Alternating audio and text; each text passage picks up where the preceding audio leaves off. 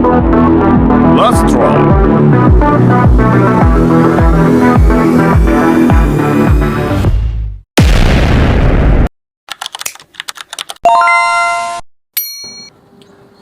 အားလုံးပဲမင်္ဂလာပါ JK Football Channel နဲ့ကြိုဆိုပါရစေကျွန်တော်အခုလုပ်ပြပေးမယ့်ထွေနေလေးကတော့ကျွန်တော်ဒီ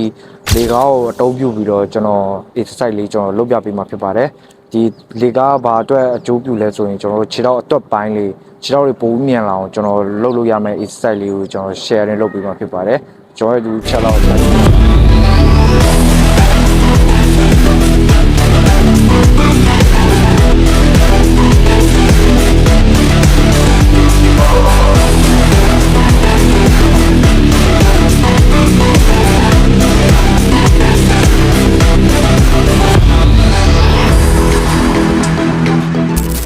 အားလုံးပဲကျွန်တော်ဗီဒီယိုလေးကိုစုံထိကြည့်ပြီးတော့အားလုံးကိုကျေးဇူးတင်ပါတယ်ကျွန်တော်ရဲ့ JK Football Channel လေးကို like and subscribe လုပ်ပေးဖို့အားလုံးကိုတောင်းဆိုချင်ပါတယ်အားလုံးပဲနောက်ဗီဒီယိုမှာပြန်လည်ဆုံတွေ့ကြမယ်